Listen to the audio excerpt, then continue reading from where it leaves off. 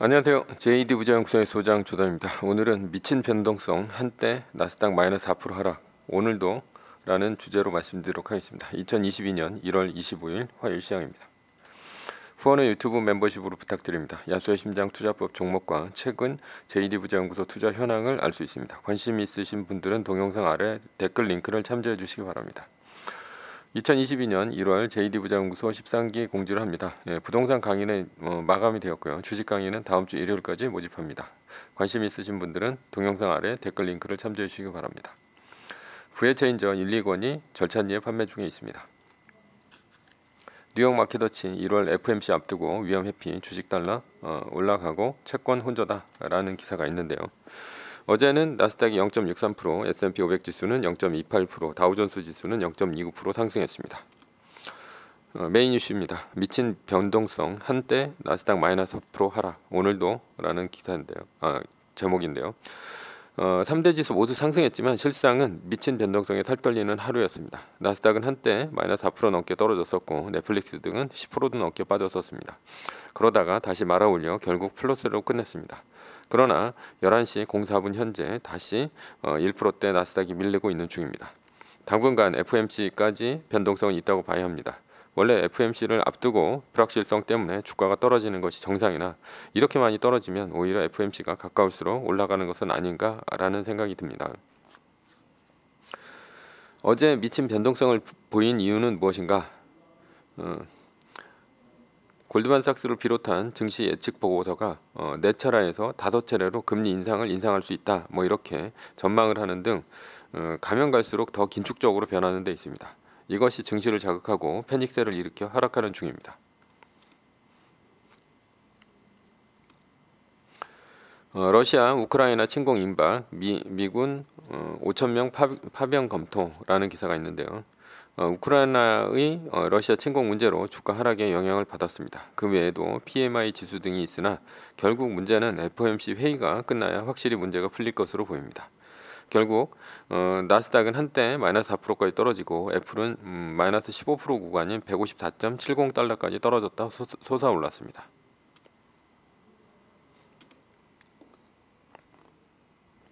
다시 오른 이유는 너무 과매도되었다는 의견이 나왔고요. 저가 매수세가 들어왔습니다. 그리고 미국채 2년물 금리 경매가 아주 좋은 가격에 낙찰이 되어서라는 얘기도 있습니다. 그러나 우리가 알아야 할 것은 이러한 반응은 주식을 사고 파는데 영향을 미치지 않는다는 것입니다. 어차피 뉴스 보고 팔 것이 아니기 때문이죠. 어차피 뉴스는 뉴스일 뿐입니다. 매뉴얼대로만 하면 됩니다. 정고점이 182.01달러인데요. 정고점 대비 이미 12.5% 그리고 15%까지 빠졌습니다. 그래서 어제 두 구간이나 떨어져서 애플은 마이너스 15% 구간인 154.70달러까지 떨어졌다가 다시 말아올려서 끝났죠. 따라서 자동 매수를 해놓았다면 애플은 60% 그리고 현금은 40%를 갖고 있는 것이 매뉴얼입니다. 앞으로 구간마다 자동 매수를 걸어 놓는 것이 좋습니다.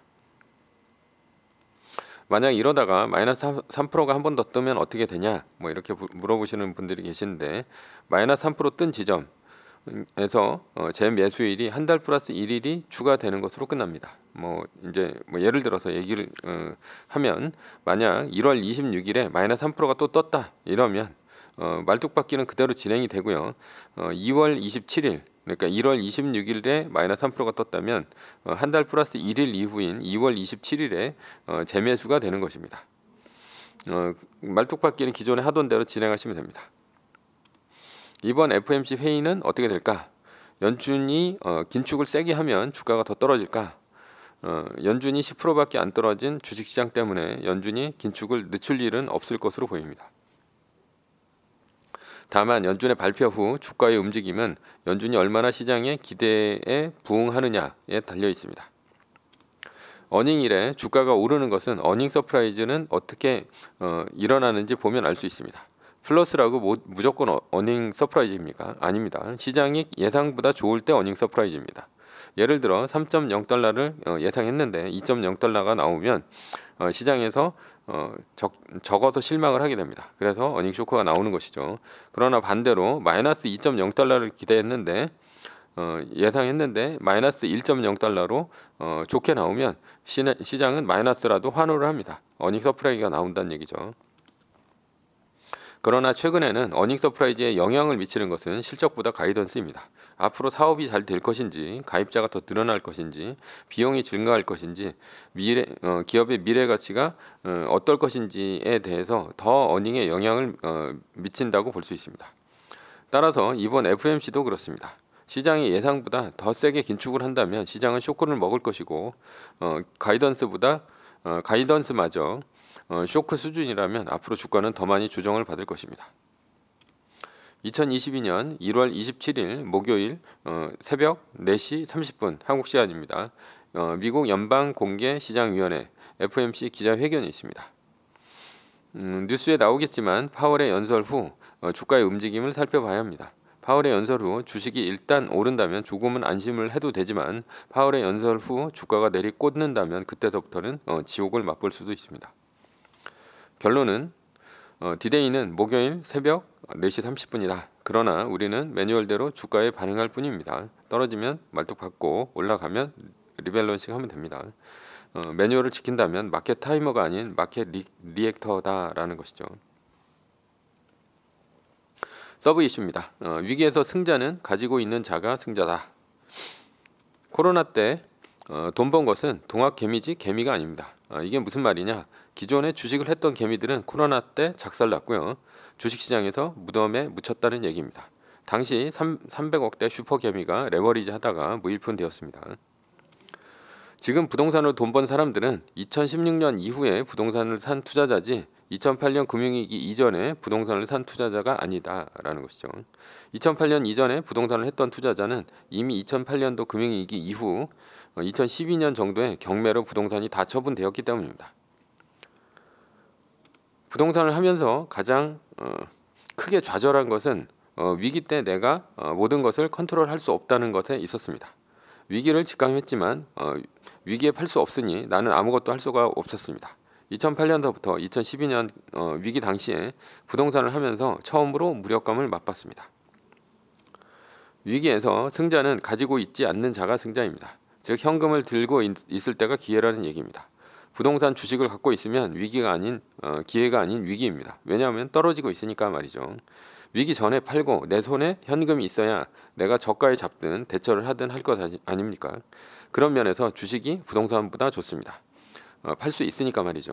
그런데 위기가 왔는데도 팔지 않는 사람은 그만큼 잠을 못 자며 고생을 할 것입니다. 그러나 위기에는 큰 기회가 오는데 그 기회를 바라만 보고 있어야 하는 것이 더 가슴 아픈 것입니다. 위기에 현금을 들고 있다면 동학개미가 되는 것이죠. 그래서 우량 주식과 우량한 부동산을 살 기회가 옵니다. 그래서 정말 위기가 온다면 해외 주식에 투자하고 있고 마이너스 3%대 비율대로 매매를 했다면 강남 부동산도 살 기회가 온다고 하지 않았습니까? 2012년 부동산 위기는 어떻게 넘겼나? 느낌이 이상해서 서울 수도권의 재개발 빌라 등 부동산을 모두 싹 팔고 지방의 안오르 아파트를 다 샀습니다. 그러나 서울 수도권에 부동산 들고 있었던 투자자들은 다 망했습니다. 이때 저는 위기를 동물적인 직감으로 넘겼습니다. 2018년 10월 연준의 금리 인상 위기를 맞았습니다. 주식을 하나도 팔지 않고 가지고 있으니 위기가 왔습니다. 그때는 위기가 올 것이라 생각도 못했습니다. 그래서 당했습니다. 몇억 원이 단숨에 날아갔습니다. 부동산 위기는 직감으로 넘겼지만 주식은 그대로 당하고 말았습니다. 그러나 주식의 위기는 부동산과 다른 점이 있었습니다. 모든 것이 숫자로 기록된다는 점이었습니다. 그래서 가지고 있을 때 자산을 지킬 수 있는 것을 개발했습니다. 그것이 기존의 마이너스 3% 룰이었습니다. 그리고 2020년 코로나가 터졌습니다. 코로나는 위기에서 자산을 지킬 수 있었습니다. 직감이 아닌 숫자로 지킨 것이죠. 이 얘기는 다음번의 위기에도 대처할 수 있다는 얘기가 됩니다. 그러나 코로나 위기는 재산을 지킬 수 있었지만 기회로 만드는 데는 한계가 있었습니다. 그래서 만든 것이 리밸런싱과 말뚝박기입니다. 2022년 1월 연준의 긴축위기로 나스닥이 하락하고 있습니다. 기존의 마이너스 3% 룰과 말뚝박기로 위기를 기회로 만드는 중입니다. 그리고 차후 V자 반등에 대비해 포모형 리밸런싱도 할 생각이 있습니다. 이것에 대해서 자세히 알고 싶으면 JD 부장연구소의 그 조던의 칼럼을 보시면 됩니다. 매뉴얼이 왜 자꾸 바뀌냐고 하는데 매뉴얼은 원래 업그레이드 되는 것입니다. 처음부터 완벽한 매뉴얼은 없습니다. 결론입니다. 누구나 매뉴얼은 알지만 행하지 않습니다. 그러다 위기를 한번 당해봐야 진짜 매뉴얼의 위대함을 압니다. 그래서 오늘도 매뉴얼을 주문처럼 읊조립니다. 매뉴얼입니다. 세계 1등 주식은 전고점 대비 2.5% 떨어질 때마다 10%씩 팔면서 리밸런싱을 하다가 나스닥 마이너스 3%가 뜨면 말뚝을 박는 것입니다. 자세한 내용은 JD 부자연구소 다음 카페를 참조하시기 바랍니다. 전제는 세계 1등 주식은 우승해야 합니다. 위의 상황은 매뉴얼일 뿐입니다. 따를 사람은 따르고 참고할 사람은 참고하시면 됩니다. 주식을 사고 파는 것에 대한 모든 책임과 이득은 본인에게 있습니다. 매뉴얼을 지키다가 포모가 두렵다면 매뉴얼을 지키지 말고 마이너스 3%대 판 가격이나 리밸런싱 때 판 가격보다 단 1불이라도 떨어졌다면 전량 매수하시기 바랍니다. 매뉴얼을 지키려면 머리를 쓰지 말고 머리를 쓰려면 매뉴얼을 지키지 맙시다. 오늘은 미친 변동성 한때 나스닥 마이너스 4% 하락 오늘도 라는 주제로 말씀드렸고요. 지금까지 JD 부자연구소의 소장 조던이었습니다. 콘텐츠가 좋았다면 구독, 좋아요, 알람 설정 부탁드립니다. 지금까지 들어주셔서 감사합니다.